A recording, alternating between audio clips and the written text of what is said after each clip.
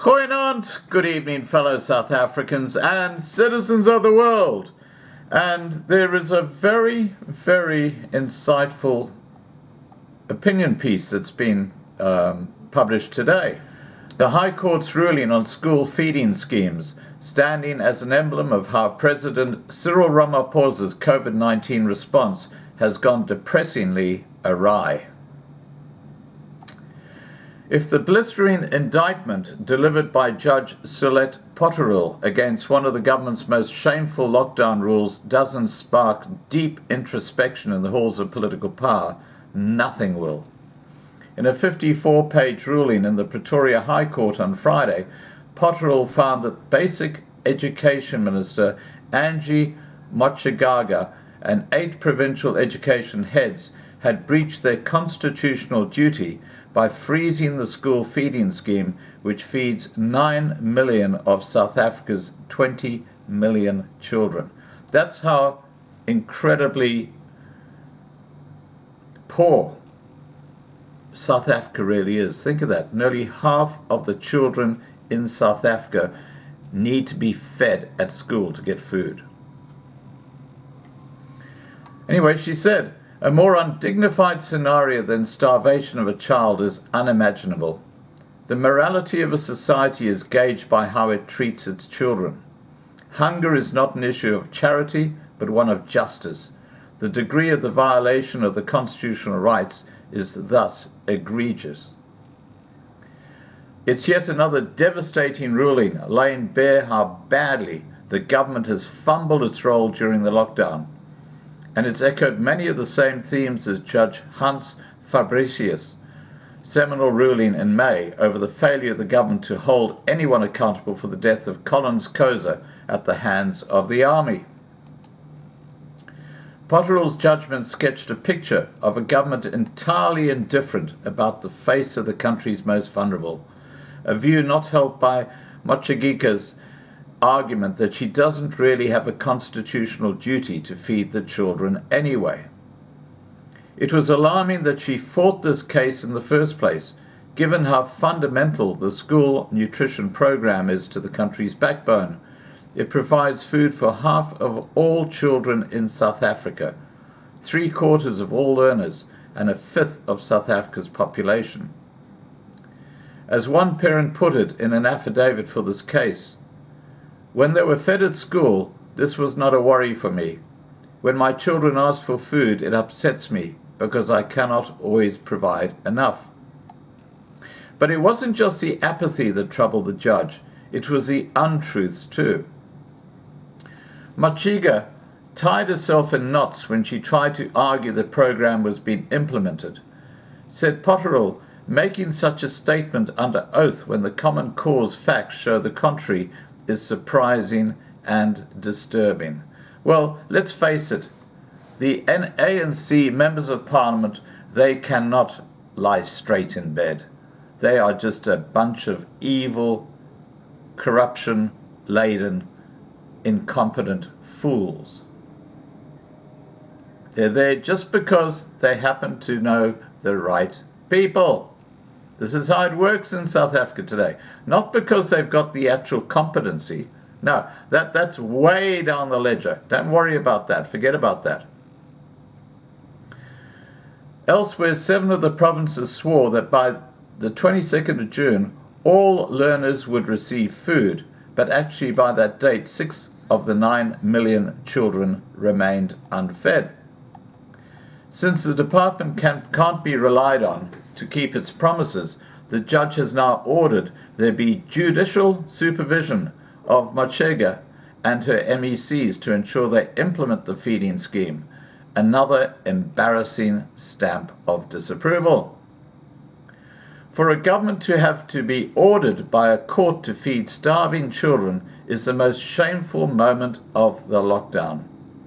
Potterill's ruling stands as an emblem of how President Cyril Ramaphosa's COVID-19 response has gone depressingly awry. It's not just that the lockdown rules are harsh, equally problematic is that the government doesn't think it needs to account to its citizens for them either. On Friday, the South African Medical Research Council finally got the go-ahead to release the models underpinning the alcohol ban, 5 days after the ban was instituted. The model itself says it is imperative to maintain absolute transparency and inform the public of the rationale behind its decision to reimpose a ban or tighter restrictions, which should be Public Policy 101. Yet that's a course it seems Dr. Zweli Mkhize wouldn't pass right now. As News 24's Kylie Cowan, Azara Karim and Quanta Hunter wrote, Mkhize has refused to release any of the 70 medical advisories drafted by the Ministerial Advisory Committee, or MAC, on COVID-19. These are the advisories on issues like the alcohol ban and the baffling decision to allow taxis to go back to 100% capacity. Well, we know why that's happening. We know why that's happening. Let's continue. The thing is, the scientists themselves want them released. Professor Mark Mendelsohn, head of infectious disease and HIV medicine at Groote Schuur Hospital, told News 24 that by making them public, South Africans can at last see what the MAC advised and balance the arguments for themselves. So why not release them? One anonymous expert has a theory. Many decisions are not discussed within the MAC or go against the MAC advice, and then ministers say this comes from scientists and advisors. They're just a bunch of liars. That's all they are. South Africa, your government is a complete and utter disgrace. They're not representing the people of South Africa. All they're representing is their own financial interests. And they're doing swimmingly well. And while no one is taking them on about this, nothing is going to change. This is why not one of these guys has been pulled before a court on corruption. The whole thing is completely cactus. It does indeed seem plausible that many of the silliest decisions taken by the government weren't based on the scientific advice, but rather on politics. Releasing the advisories might expose this and would embarrass Mkhize's Cooperative Governance and Traditional Affairs Minister Nkosazana Dlamini Zuma and others. Still, thanks to News 24, we may soon be able to decide for ourselves, since the outlet has lodged access to information requests to force Mkhize to release him. News 24, along with the Daily Dispatch, Daily Maverick, the Herald and others, have been at the forefront of reporting about the meltdown in the Eastern Cape hospitals in recent weeks. And yet many people apparently hadn't noticed until the BBC got on the job this week in a report which was as horrifying as all those that preceded it. Stories like this, and others have shone the focus directly on the national shame. Yesterday, the Sunday Times reported how a team of doctors spent 12 days visiting hospitals in the province where patients have to sleep on hospital floors awash with blood and human feces. This is in a hospital, a public hospital in South Africa. Sounds extraordinary. And it isn't going to get better. This is still before we hit rock bottom. Like with the school feeding scheme, the Eastern Cape debacle is a result of a chronic lack of leadership. They're all too busy feeding out of the trough, aren't they? That's all they're doing. And by far the most egregious statement came from Eastern Cape Health Department Superintendent General Tobile Mbengashi. He told the newspapers, services in the Eastern Cape have not collapsed. We are in a good space. We have not done any worse than any other province. Actually, Mr. Mbengashi, this isn't true. You have done worse than other provinces. And the fact that you don't know that means you have no business collecting a salary. Yesterday in City Press, editor Mondli Makanya wrote of the cult called the National Command Council, who behave like they crave the power that Uganda's Yoweri Museveni and the Congo's Sassou Nguesso wielded in their tin-pot dictatorships.